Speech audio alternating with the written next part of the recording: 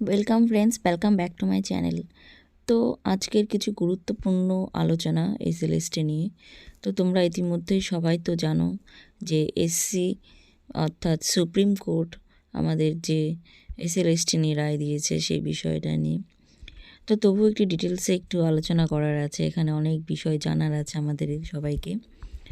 যেমন supreme court কিন্তু এখন এসএলএসটির সমস্ত দায়ভার হাইকোর্টের উপর দিয়ে দিয়েছে ইতিমধ্যেই। সুপ্রিম কোর্ট এটাও জানিয়ে দিয়েছে যে এসএলএসটি নিয়ে এখন যে ঘটনাই ঘটবে বা যেটাই হোক না কেন সেটা সম্পূর্ণভাবে হাইকোর্টের হাতেই ছেড়ে দেওয়া হোক। সুপ্রিম কোর্টে বলা হয়েছে যে যারা যোগ্য ক্যান্ডিডেট, যারা মেধাবী, তারা যেন এই চাকরিতে বহাল থাকে, তাদের যেন কোনোভাবেই এই চাকরি থেকে না বাদ যায়, মানে তাদের নামটা যেন না বাদ যায়। কিন্তু তোমরা ফ্রেশাররা অনেকেই ভাবতে পারো যে কেন যাবে না, ওরা যদি ভালো পরীক্ষা না দিয়ে থাকে তাহলে ওদের নাম কেন বাদ যাবে না, ওরা 10 নম্বর অভিজ্ঞতার নম্বর নিয়েই কি পাশ করবে। কিন্তু এই কথাটা আমাদের কিন্তু মাথায় রাখতে হবে যে এটা কিন্তু শুধুমাত্র ফ্রেশারদের জন্য মানে একটা বড় সুযোগ না, এটা কিন্তু ওদের জন্য সবচেয়ে বড় একটা সুযোগ এই 2025-এর এসএলএসটিটা। কারণ ওদের চাকরিতে বহাল রাখার জন্যই সরকার কিন্তু এই পরীক্ষাটার ব্যবস্থা করেছিল। এখন এখানে সরকারের খামখেয়ালিপনায় বলতে পারো বা ভুল বলতে পারো যে সরকার দুটো প্যানেলে আলাদা আলাদাভাবে না রিক্রুট করে একসঙ্গে করছে।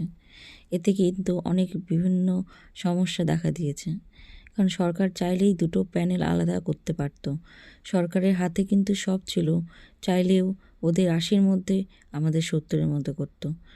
এক্সপিরিয়েন্সের নাম্বার অনলি 2016 ক্যান্ডিডেটদেরই দেওয়া উচিত ছিল। তো সেটা না করে সরকার এখন অনেক রকমের এখানে কাজ করছে, যেটার জন্য এই রিক্রুটমেন্টটাই প্রায় স্থগিতের মধ্যে চলে এসছে।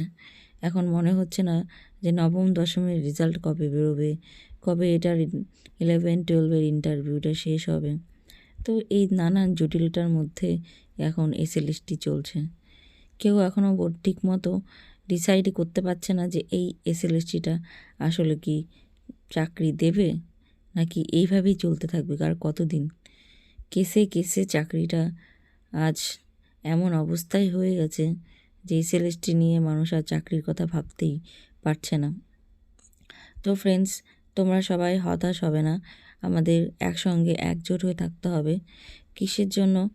কারণ হয়তো বা আগামী দিনে যে রায়গুলো আসতে চলেছে তাতে আমাদের ফ্রেশারদের কথা কিছুটা হলেও মাথায় রাখা হবে। কারণ আমরা অনেক কষ্ট করে ফর্ম ফিল আপ করে এত বছর পর একটা এক্সাম পেয়েছি। আবার এটাও সত্যি যে ওরা অনেক বছর চাকরি করার পর ওদের চাকরিটা এইভাবে বাদ দেওয়া হয়েছে।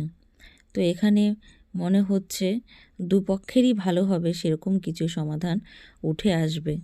শুধুমাত্র সরকার ফ্রেশারদের কথা চিন্তা করবে না, আবার শুধুমাত্র এখানে যারা 2016 সালের ক্যান্ডিডেট চাকরিহারা প্রার্থী তাদেরও কথা চিন্তা করবে না।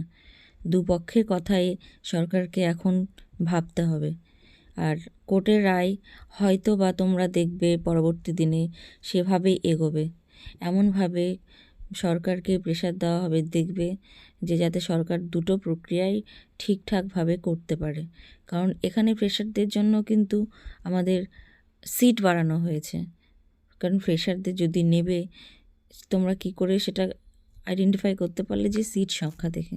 কারণ 2016 ক্যান্ডিডেট তো অত পরিমাণে নেই যতটা সিট আছে। তো তাহলে নিশ্চয়ই এখানে বোঝা যাচ্ছে যে ফ্রেশারদের নেবে।